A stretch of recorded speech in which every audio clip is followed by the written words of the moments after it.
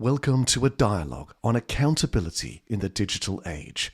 A dialogue with representatives of a global, multi-stakeholder community. And I'm your host, Frits Bussemaker, and today I'm delighted to have a dialogue with Brendan Schulman. Brendan, welcome to the program. Thank you, Fritz. Great to be here. Allow me to introduce Brendan. You are the Vice President Policy and Government Relations with Boston Dynamics. You have a background in drones, but also with legal, which started at Harvard Law School and Yale. Again, welcome to the program. Thank you so much. Before we move into robots and how we're going to govern robots, I first want to ask a more personal question. How does somebody with an English literature and a law background, how do you end up with drones, which was one of your previous jobs, and now with robots with Boston Dynamics? It's a great question. Thank you for asking that. So I've actually been interested in technology from a very young age. I think I was about 12 or 13 when I got my first computer, which was a Commodore 128. And very quickly I got a modem, and I was on like bulletin board systems back in the 1980s. So I was a sysop of a BBS. I was like really into this like early pre-internet technology era that we had with computers before anyone even had email. And it was great, but at the same time, I really enjoyed literature and communications and argumentative writing. So I knew I wanted to go to law school, but I also wanted to maintain my technology interests, even though I don't have a formal background in computer science or engineering. And then during my legal career, I really strive to bring those things together to help, bring technologies in that could help in the legal process and also help develop the laws, policies, and regulations that would help address new technologies as they came into society. So it's been kind of an amazing decade. In particular, you did mention the drone background. The other aspect of my interests here is that I was a model aircraft hobbyist going back at this point over 25 years. So while I was working on law and technology, I was also flying model airplanes. And at one point, about 10 years ago, these two things converged, and all these issues came up about how we're going to regulate what we now call drones. So it's been quite a journey and always exciting to talk about these issues. Okay, yeah, no, if you have that background and that passion, I mean, you should be in heaven, I guess. Now, I did mention Boston Dynamics. I'm assume most people have watched all the YouTube videos of all the great robots you produce. But for those who've missed that, in a couple of sentences, what does Boston Dynamics offer? Well, the company's been around over 30 years, was originally founded by a professor at the Massachusetts Institute of Technology, really in a laboratory that was devoted to trying to get robots to do more than they could do at the time. And namely, that was to get them to walk, right? Because if you could have a robot that was able to walk across uneven terrain, or even up and down stairs, as we now do, you can have a more useful robot that can help people in more places and do more tasks.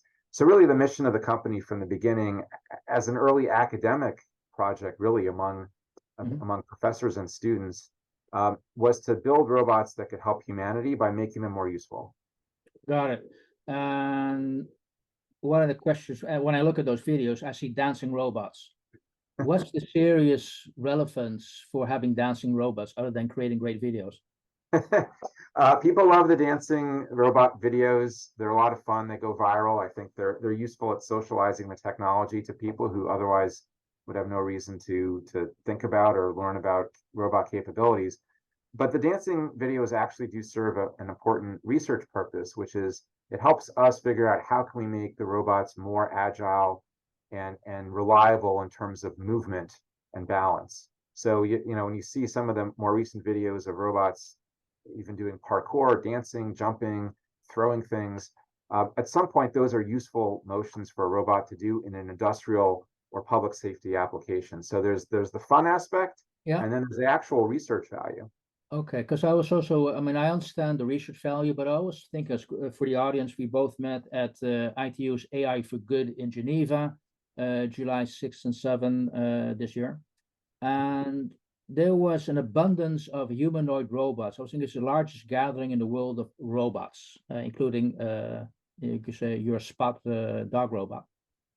But one of the questions I had in my mind is, why do we need to have so many robots there? And I was wondering your take, is this also to maybe take away the fear of robots, also representing AI engines? And in that same area, what has Hollywood done to create a message of fear with all the robots they put on the screen?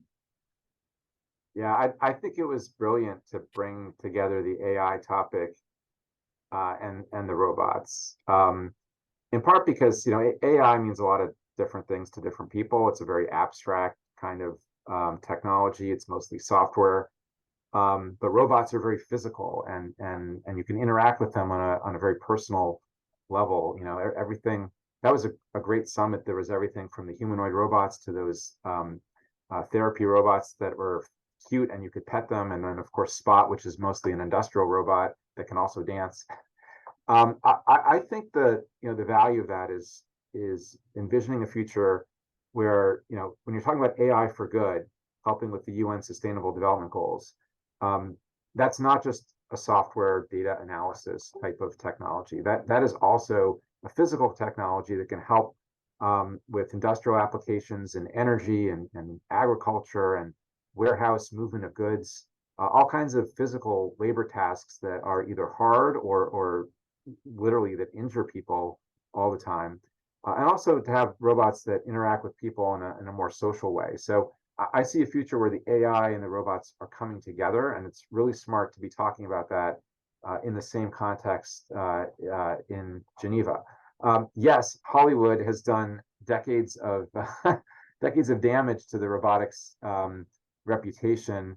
Obviously, people are very good at thinking about robot dystopia, and that's something that we deal with, particularly when you're a company that makes walking robots that look like animals or people.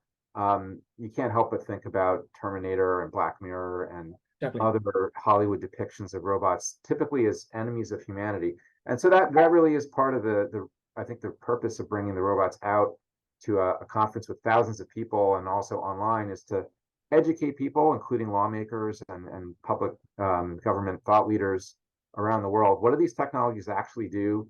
What are the things we can do to prevent harm? And particularly when it comes to robots, I'm sure we'll talk about some of the issues that are top of mind for Boston Dynamics in terms of ethics and responsibility. Yeah, okay. Now, I'd like to quote one comment which was made on the main stage of that event by Professor Stuart Russell, very much a household name. He said, "I don't want my robot to drink coffee or to want to have a cup of coffee." That his context was basically, I want it to make me a cup of coffee. I don't want it to mimic human behavior and human desire. So what's your take on that comment? And how do you take that on board with Boston Dynamics? I think the comment is very insightful. We tend to think about robots as potentially replacing us, whether that's in the workforce or somehow in society. And I really think that's the wrong way to think about it. Robots are going to assist people in doing things that are dangerous or dull and boring and repetitive, or that need to be done with precision and automation. That's really the promise of robotics, whether it's a robot like Spot or some of the other ones that we saw at the summit in Geneva. So yes, although there's a kind of a segment of the robotics industry that's focused on human-looking humanoids, and there are various reasons why you might create a robot that way. We haven't moved in that direction. Spot is perceived as looking like a dog, but it wasn't designed to look like an animal. It just happens to have the size and shape of a dog for practical purposes in its missions. So I do think the future of robotics is robots helping people alongside them, much in the same way that maybe certain types of animals have helped people with agriculture and other tasks over the years. Rather than replace the human, you are working alongside the human.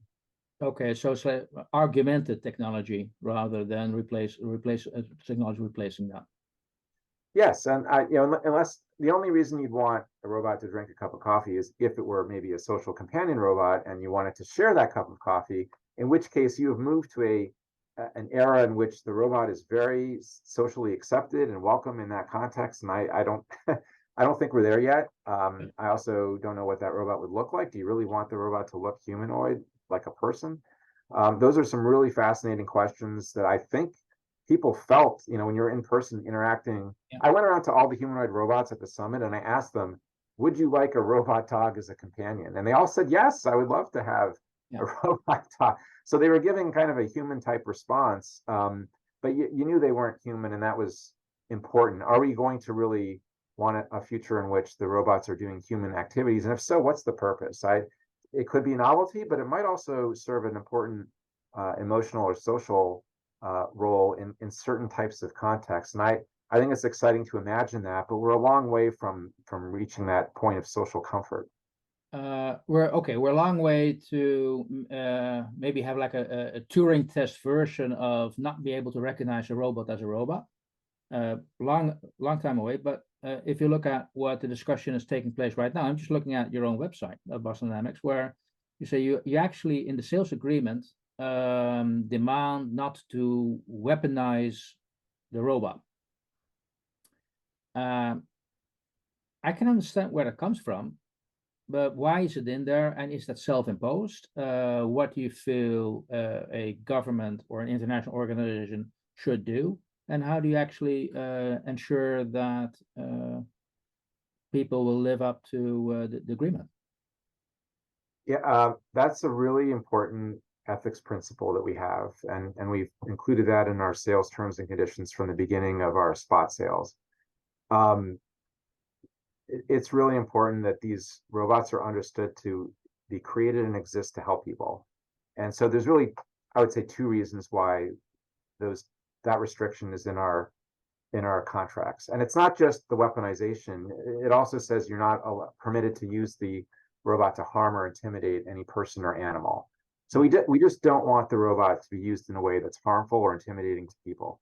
And that's first and foremost an ethics principle. We've got people at the company who've worked for 30 years to develop the technology. They don't want their career's work to be used to hurt people. Also, the whole concept of applying harm or causing harm to someone by remote control or autonomously or at a distance raises all kinds of ethics issues that I don't think we have time to get into today in detail, but you can read all kinds of papers about, what does it mean to target someone remotely when you're not in the same place, and what does that do to the inclination to just push a button? That's a deep and problematic ethics problem that should just not be considered when it comes to these general purpose robots like Spot, which are doing industrial or public safety tasks. Then, of course, the second reason, perhaps more obviously, is public safety. If you do some, rig up some weapon attached to a robot that's not designed for it, and you've not tested it and validated it, you don't know that it's going to be reliable. It's going to misfire. It's going to, even if you thought that was appropriate in some instance, what's your measure of reliability and quality for a robot that wasn't designed to do that? It's just unsafe. So we just prohibit it. We also led a group of 5 other industry companies late last year pledging not to, even though we'd already done that going back 3 or 4 years. We kind of repledged with other companies, leading companies in the mobile advanced robotics space, not to allow our robots to be weaponized, and also calling on government officials to work with us to develop policies that would help address that concern. And I think that maybe was what you were getting at the last part of your question there, is we can only do so much as one company, and our tools for investigation and enforcement of what people are doing with robots is very limited. So we really need government to serve its role in creating policy, investigating, and enforcing, so that robots like these are not weaponized in society and are not posing ethics and public safety risks.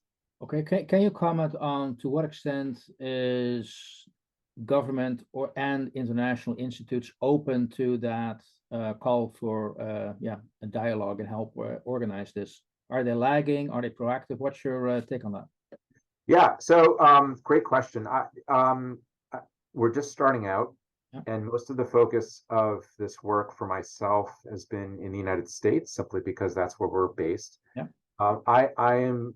We are working in I would say two states and one city, discussing with policymakers the potential for legislation on this issue, and hopefully we'll have news on that later this year or maybe towards next year.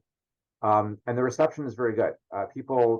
Honestly, people say it's common sense. Why would you want these advanced robots walking around communities with guns or explosives? So most folks that we can reach on this issue in government think it's a great idea, and they're fully supportive. I have yet to meet someone who's told me, no, that what are you doing? That's a bad idea. I think the challenge, though, is attention and Yeah. interest. There are a lot of technology policy issues in the world. Obviously, other issues get more headlines, whether it's things like cryptocurrency or AI, more broadly speaking, um, or self-driving cars, like things that are kind of more top of mind rather than robots. So the challenge, if there is one, is just finding the folks to have a conversation with, and figuring out what can we actually do. Once you get that conversation going, though, I've really gotten a lot of great interest, and so I'm excited. Really, the AI for Good Summit was a great opportunity to reach international government stakeholders, and everyone I spoke to at the summit thought it was a terrific idea. So I'm excited to be taking this initiative more internationally. Although I would note that the other companies we joined with last year are global. We've got Anybotics in Switzerland, Unitree in China. Of course, we're in the United States. We have ClearPath in Canada. So it was really an international initiative from the outset last year in terms of the industry side. And now we're in the phase of reaching out to lawmakers globally and in our respective countries to try to get some policy in place. Okay, good to hear. And you also mentioned something, I just wanted your take on that. I just question, maybe we have too many policies and ethical standards already in place, because almost any significant organization I'm aware of has their own policies, has their own ethics guidelines. Maybe we need to, I mean, that's outside the scope of the robots, but maybe we also need to align that a little bit more and filter it out. Yeah, I saw this particularly in the drone industry. Industry self-governance or industry standards are one way to address uh, safety or other types of risks. This is a little bit different because it's an end user conduct. It's although it would cover the I guess the manufacturer's sale of a weaponized robot, depending on how the policy is written. Really, we're also concerned about aftermarket modifications, and that's what. And this is, by the way, this is not a hypothetical type of problem. Like we've seen in the past year, a number of YouTube videos of people actually doing this, taking mobile walking robots and attaching machine guns and walking them around and shooting, just probably for the purpose of generating a viral video, but maybe something else. Um, so it's a problem that I think can and should be addressed today, and it's got to go beyond just a company's own ethics principles. That may be the starting point, but we really need a policy-based approach to this. Okay, good to take note of that. Now, you've been doing this from the start in Boston Dynamics. Now, is the whole discussion on ethics and accountability, is that like a separate entity in the organization where you have a chief ethics officer or a chief legal officer, or is it immersed in any part of the organization? How do you get people on board?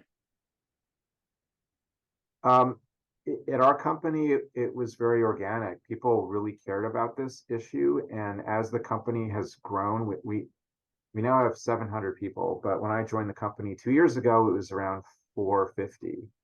And as we remember, we went from an academic research type lab to a commercial company, and Spot was commercialized about 3 years ago, 3 or 4 years ago.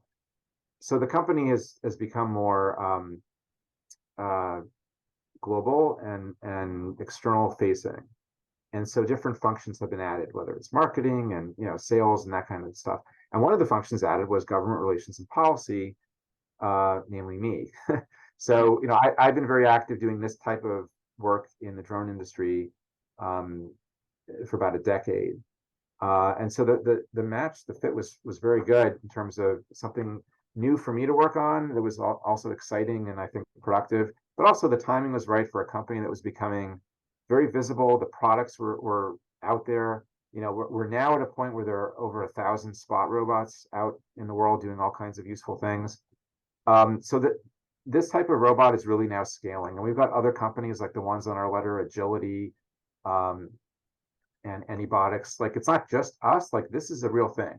And look at the AI for Good summit in Geneva with dozens of advanced mobile robots. I mean, this is happening. Was science fiction, but now it's happening. Yeah. So the timing is right. I think this is the right company that always felt that this was an important issue.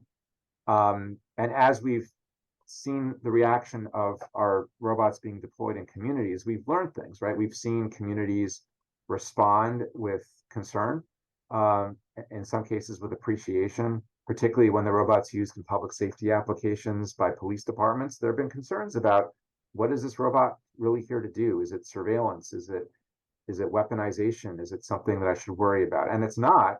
It really isn't. But those concerns are real, and we want to address them. So in terms of structure, at this company, I lead our government relations policy and ethics function. We do have a group internally that meets regularly to talk about our ethics concerns and issues and the work that I'm doing externally. I think every company is different. We do have, I think what's important is we have high level buy-in from our corporate leadership. Like, we really want to do this. This is super important to us to figure out and to be leaders in. But also to work with others in the industry and external stakeholders. So this is a real community effort. Good to be aware of that. Now you mentioned something interesting. I want to go back, circle back on that. You said I actually took what I've learned in the drone industry, brought that to the robot industry. Now I was wondering, what other industries or technologies do you think can help us, who could guide us developing the right rules and regulations? Yeah, I'm most familiar with the drone industry, and I think there's a significant analogy there. Drones are just flying robots.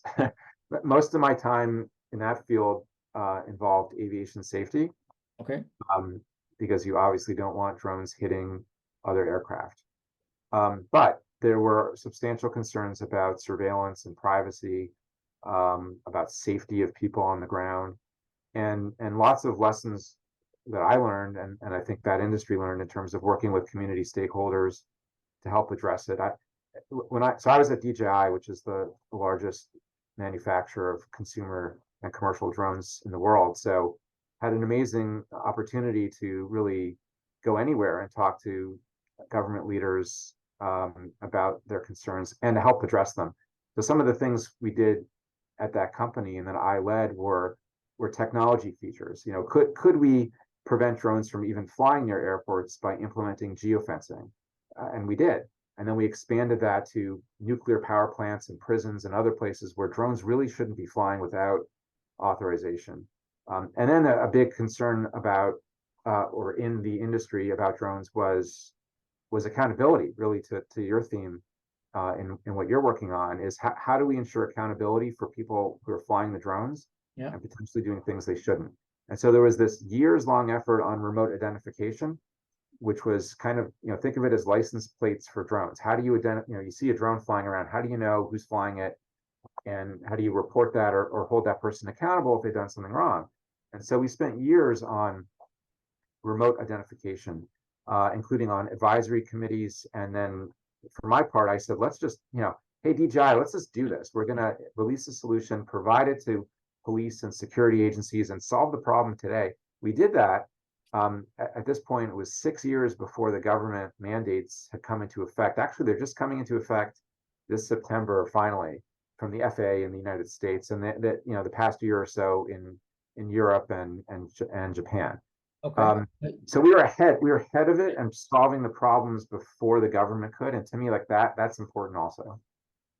Well, good, you're leading that discussion. Now, can you translate what you've done for drones for robots, and what, in your mind, are the biggest accountability concerns or questions we should be asking ourselves?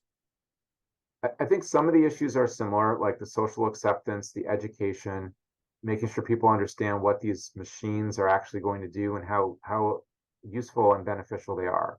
And to what But extent also, okay, so to what extent is that an accountability issue? well, it's the starting point of accounting for the technology. Well, what is this thing going to do in our community?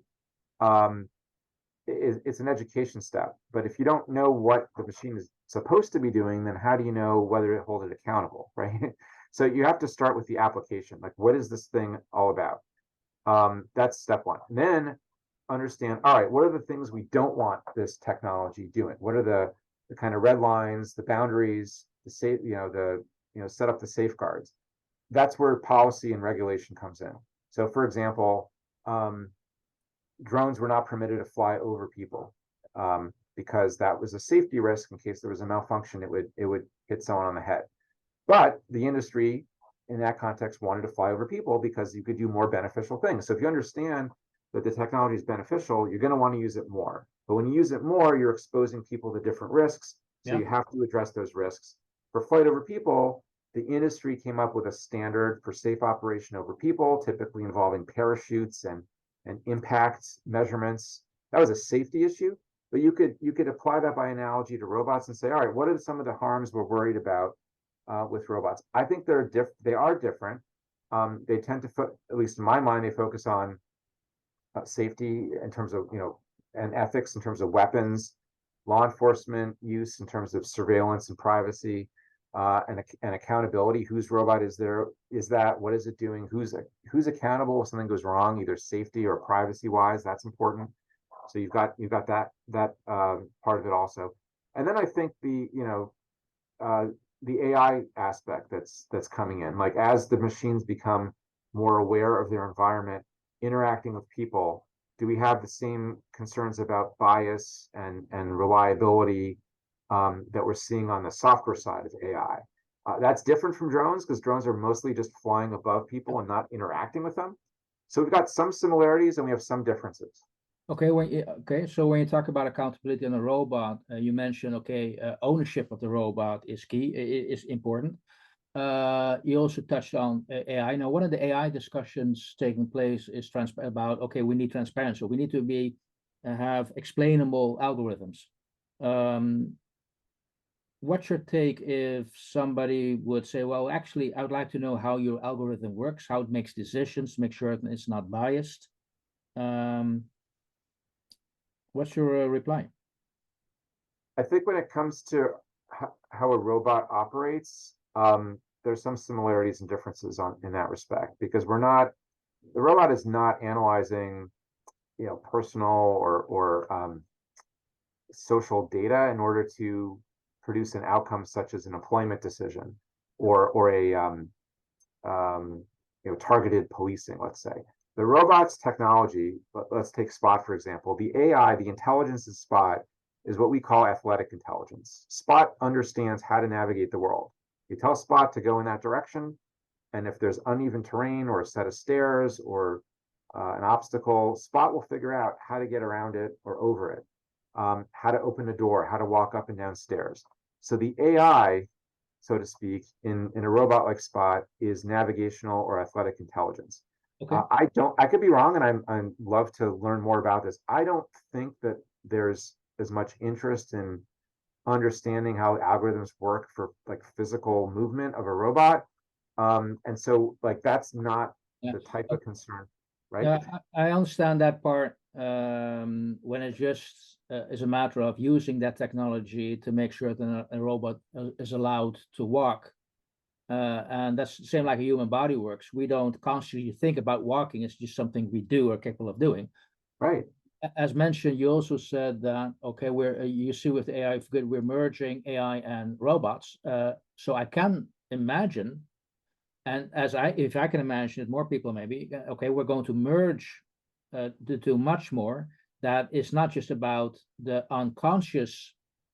AI controlling the unconscious part of the machine, but also maybe the conscious part. And then is the assessment, no, we're not going to go there. That's actually a constraint where we're not going to build that.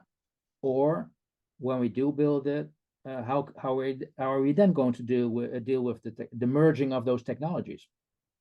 Exactly. So that's where the questions. So the current capabilities of a robot like Spot, I think, are less of a concern. But we are heading in a direction where the AI and the robotics will intersect, and that's where I want to get ahead of the curve, right? So as I did in the drone industry, let's think through and solve problems before they're real problems, before they're deployed in the world. And so that's the goal. So we're already seeing, like Spot has an API. You can create your own software and program Spot to do interesting, useful things. There are limits to what you can do with Spot using the API, but it's pretty versatile. And there's you can there's a funny YouTube video of someone who's programmed Spot to dispense beer. I'll put it that way. You can probably find it. It's amusing. I love the video. It's a little bit edgy, but it's a great example of having adding software to a robot so that it has perception, it can recognize things, it can go to a certain place, and it can do something useful. That's power that could be driven by AI, and we are already seeing some of our customers implement ChatGPT and other types of technologies into the robot. So, for example, you can have Spot give you a tour around campus or around your facility in a very interactive way, perhaps with a bit of a snarky personality. So these things are coming together because any piece of hardware can be, you can have a software layer on top. That's where we need to do, have our discussions and do some work to understand, what would be the concerns of a robot with that capability. I can flag one issue for you though that we already know, which is that we certainly don't want a robot with that capability to be armed, right? So, like, to me, that's the easy starting point. Is let's deal with this first. Wherever that the convergence of AI and robotics might be going, we certainly don't want that technology weaponized. So why don't we start with kind of the easy goal of prohibiting weaponization of a general purpose robot, and then we can work on things that are more challenging, like is a robot with AI walking around a city something that might be biased? Like, what is it doing that might cause more of an AI type of concern on the software side that we should address as roboticists and as a robotics community? I think it's very early in our thinking on that, and we're eager to learn. And that's why I love the AI for Good Summit, because there were so many thoughtful people I met there who are just starting to think about the convergence of these two things. Great. Hey, you've actually already answered a question I had for you, which I normally ask at the end of the interview, with like, what's the low-hanging fruit? And I think you just touched on two things we can pick up right now. Yep. I'm going to end with one or two last questions for you. First of all, we talked about the need for rules and regulations. One of the questions I ask is, accountability in the digital age is very much a 21st century issue. To what extent does it need 21st century solutions, or do you feel that policy and regulations, as we've been building that over the last centuries, is enough? I generally tend to think that new technologies don't fit well into existing legal or policy frameworks, and you always need to make adjustments. We saw that in the drone industry, and we still see it in the drone industry in terms of remote controlled or autonomous pilotless drones don't fit into the regulations created for aircraft with pilots on board. And we could spend an hour on that, or a day on all the things that don't work. Although things are improving, but the existing frameworks don't work. Okay. I think that's true for. Is the solution then creating a new framework within the policy framework and regulation framework, or do you think, okay, we also might need other type of instruments in order to create provide the governance we all want. Instruments meaning technology or government? Yeah, I mean, for instance, there have been debates. Let's use AI to supervise AI and monitor AI. To what Yes. extent can you use technology, digital technology, to monitor robots and do what? I hope so. That's a great question. I love technology-based solutions. Um, use them a lot in the drone context. In that letter that we co-signed with the 5 other companies, we called on people to work on technology-based solutions to the weaponization issue. So, for example, if a robot could detect that it was being misused, that it had been weaponized or had been used with a weapon, then the robot should disable itself, right? I would love to see that. I think it's a lot of research and development to get to that point. You also would want that type of feature to be very reliable. You don't want the robot to shut down when it isn't actually being misused.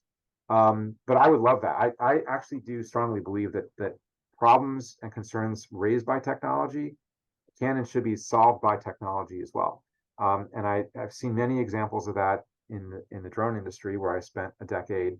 I think it's a little tougher on the robotics side. If, for example, we had a concern about, if we get to the point where there are hundreds or thousands of robots walking around cities and we don't know, and we're kind of seeing this a little bit with the delivery robots to some extent, where actually some cities like Toronto have banned them, either for safety or other reasons. But knowing what the robot's doing, who's operating it, who's accountable, I think is huge. For a ground robot, you can kind of label it, like you do cars, but maybe we need some kind of remote identification solution like we have for drones. If I were hearing from stakeholders in the communities or government that, hey, we just don't know whose robot this is, we really need an electronic tracking or identification solution, I'd say, great. That's a very familiar type of technology solution to me, having done that in drones. Let's make all the robots identified electronically as well. If that solves a problem or concern, great. We've solved it through technology, and the problem was created by technology. To me, that's perfect. So I actually think it's a combination, and we need new and innovative policies from government, and we also need technology-based solutions from industry.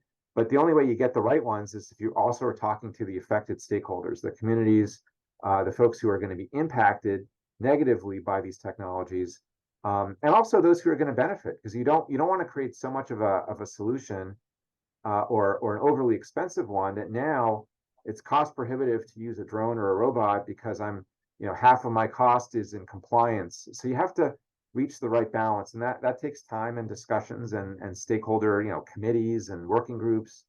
And that's kind of lacking in the robotics industry. I've not seen a lot of, with some exceptions, safety, for example. There's safety standards for sure, but in terms of communities who will be using robotics in the future, I haven't seen too much discussion on how we work together on identifying the problems and then solving them.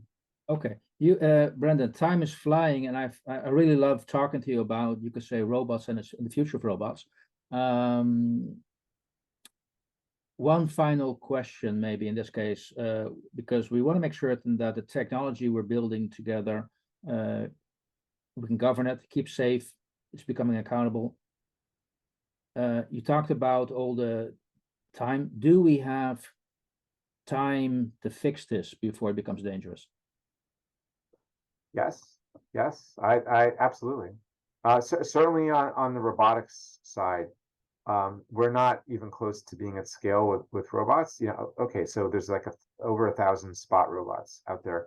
They're mostly doing industrial tasks. A number of them are with public safety agencies, so they're kind of out in the communities from time to time, but we're nowhere near at scale with robotics. I think there's plenty of time. However, things tend to move fast once they start moving, so I think there's no time to waste, but we do have time.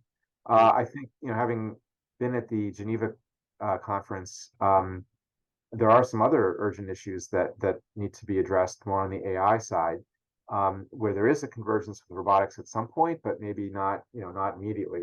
I think on those issues, there's also some urgency as well. But look, I'm confident that the challenge is going to be that government, yeah, even if we have the right solution, government is going to take a long time to implement it. Remote ID took 6 years, which to me was way too slow in terms of the urgency that was articulated to us in 2017 about drones being unidentified and unaccountable.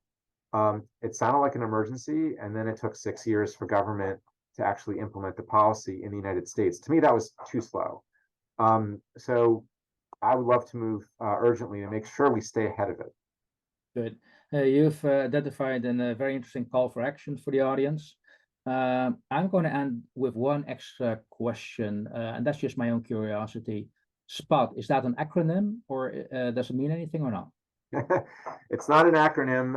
I think at some point we recognize that people think the robot looks like a dog, and Spot is kind of a common name for a dog, but it also is indicative of Spot's main application, which is an inspection robot.